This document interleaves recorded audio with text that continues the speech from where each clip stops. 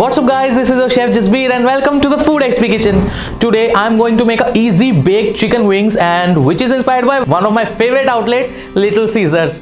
And this recipe needs only 4 ingredients, and if you want to know that, watch this video till the end.